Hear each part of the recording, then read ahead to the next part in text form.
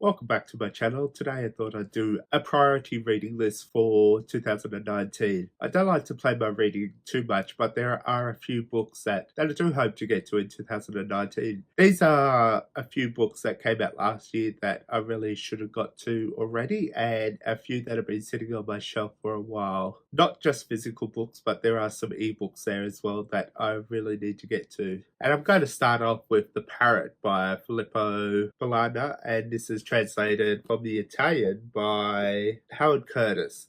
This is a book that's been sitting on my shelf for a while, and I don't know why. This definitely seems like my type of book. It centers around a literary prize, but the way they judge a prize is very different. I believe it's almost like a death match, but don't quote me on that. I have not read the book. My wife has, but this book has been on my shelves for way too long, and I'm hoping 2019 will be the year that I read this, although I have said that in the past. Next is the Latvian book Flesh-Covered Dominoes, and this is by Zigmunds Skujins, and this is translated by Kaija Straumanis, and I probably pronounced the Latvian name wrong. This is a very dark Latvian novel that was recommended to me by Agnes from Beyond the Epilogue. So I've had this book for a couple of years and I've been meaning to read this. I know I haven't read many Latvian books. I think the only one I read was Soviet Milk. I have another book called Doom 94 on my e-reader that I should read too. This, I believe, is a dark political allegory, so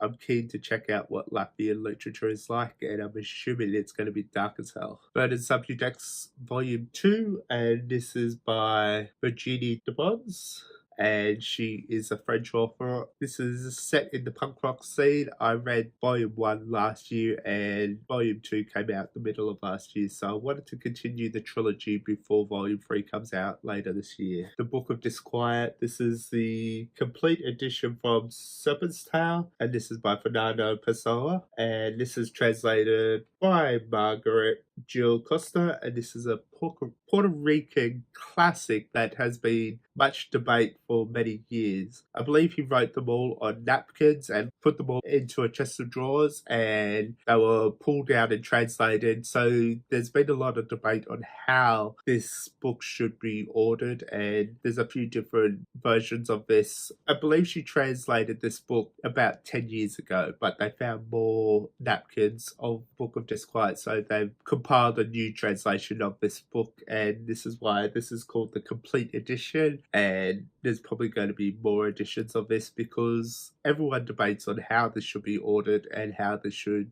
be tackled. So I'm curious to see what this is like, and definitely looking forward to checking this one out. Drive Your Plow Over the Bones of the Dead by Olga Tokarczuk, and this is a Polish book, and this is translated by Antonia Lloyd-Jones, and this is disguised as a literary thriller, but there's a lot of astrology and conversation about vegetarianism and veganism and the stars and a lot of things like that. She won the Man Booker International Prize for her book Flights, and she's been getting a lot of her books translated into English as a result of this. This is the most recent one. I think it came out late last year, so I'm definitely keen to check this out. I did love Flights, but this one sounds more like my type of book. Now I'm just going to pull up a list of the books I plan to read off my e-reader. I don't read much from my e-reader, and that's because I don't seem to enjoy it as much as reading physical books, but I am trying to get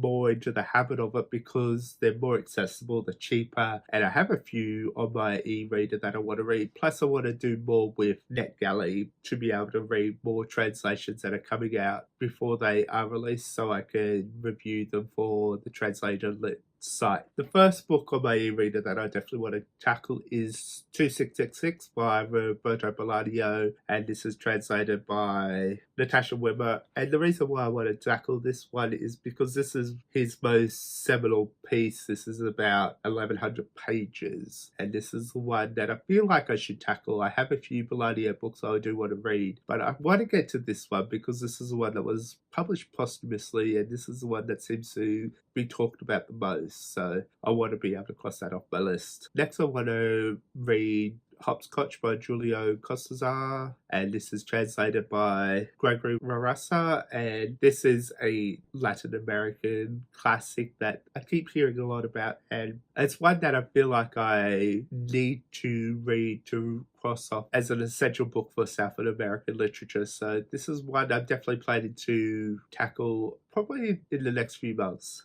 Next is The Aviator by Eugene Vodolozkin, and this one is translated from the Russian by Lisa Hayden. And the reason why I want to read this one is because I've heard a lot of good things about this contemporary Russian author, and I'm planning to do a buddy read of this one with Agnes from Beyond the Epilogue, because we kind of try and support each other through some difficult books, and I think we needed something a bit easier. We did Codex 1962 and we did Life and Fates together, and those were very bleak and difficult books to get through, so I'm hoping this one is more like a palate cleanser. This is something that we could enjoy and still have a lot to talk about.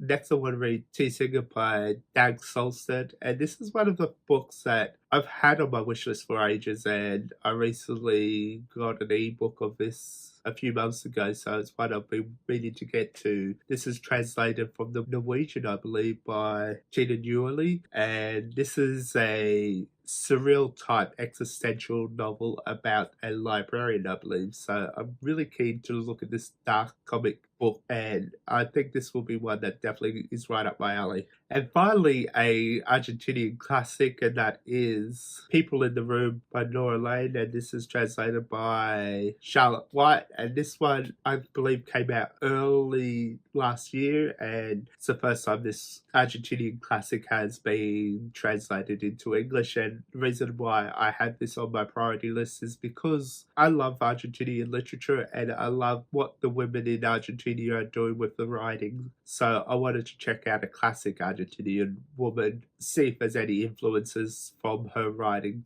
that has definitely come through in some of the more recent Argentinian books. There are so many other books I want to read, and I don't want to make a big priority reading list, but if I get through these all quickly, then I might create another one. But I wanted the priority list because I know there are books I need to read, I want to read, and I want to make sure that I prioritize some of the books that I'm reading, just to make sure that I'm covering some of the ones that I should have read last year, some of the ones that have been sitting on my shelves for a while. So that's it for me. Let me know if you have any priority reading lists, if any of these sound like a good book to buddy read or anything like that. Let me know. My social media is in the description below, and I'll talk to you in the comments. Thank you for watching.